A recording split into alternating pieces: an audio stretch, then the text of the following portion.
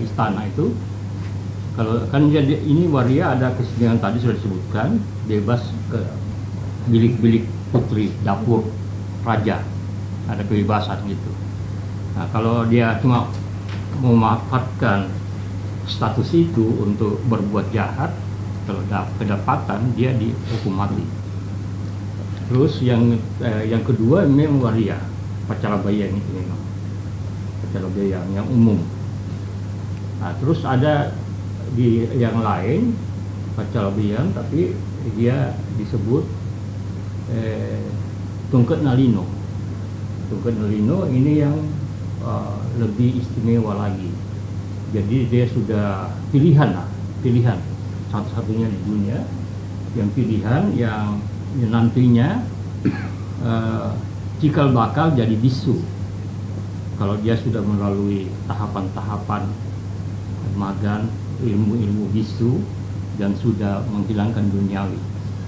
Nah, cuma kita bermasalah kita sekarang bisu sekarang ini ya, kita tahun berapa 90-an ya, itu kita revitalisasi bisu ini sudah hancur, tidak ada lagi.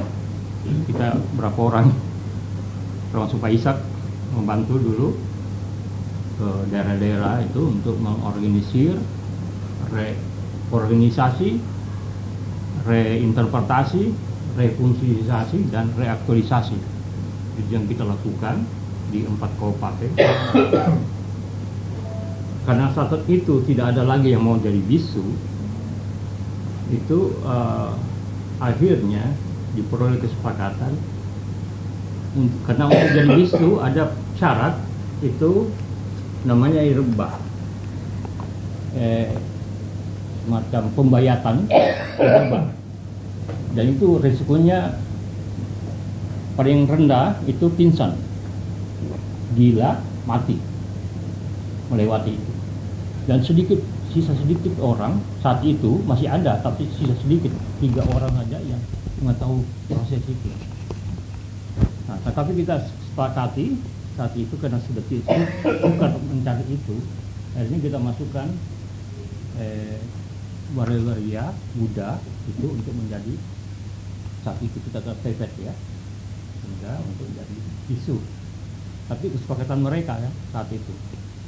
Tapi saya kira inilah jadi persoalan bisu sekarang,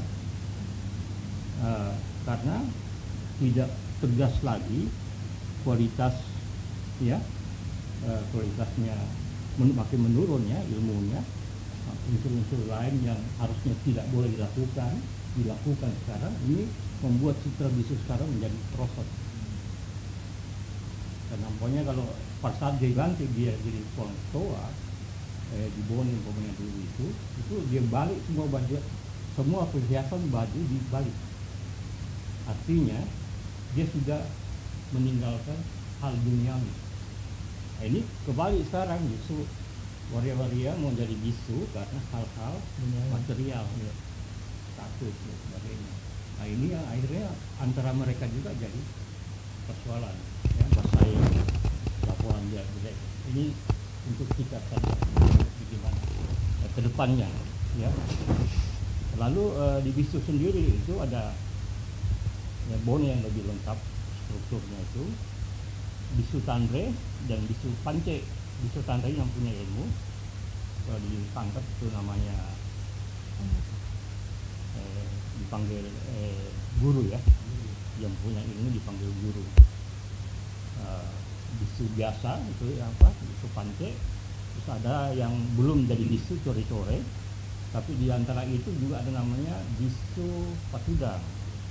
Jadi bisu bangsawan yang tidak boleh ikut dalam tarian itu, tapi dia harus ada dari situ yang tahu persoalan-persoalan itu, dia mengatur. Ini masih banyak bisu-bisu Patudang itu. Nah sebenarnya bisu itu awal katanya itu bersih, tadi sudah sebutkan, tadi saya sebutkan, kami Fikri sebutkan, jadi bersih, besi. Jadi siapa saja yang bersih itu disebut bisu. Karena Panglima Sepupu Sari Gading juga itu bisu juga, jadi istilahnya itu. Kami kemudian berubah. saya menyambung mungkin untuk menambah wacana aja, tertarik tadi dengan Pak Ishak itu, filosofi sekali ya. Bagaimana tentang berbicara tentang seks. Saya teringat juga dengan Sigmund Freud mengatakan ya kita adalah seni Pak.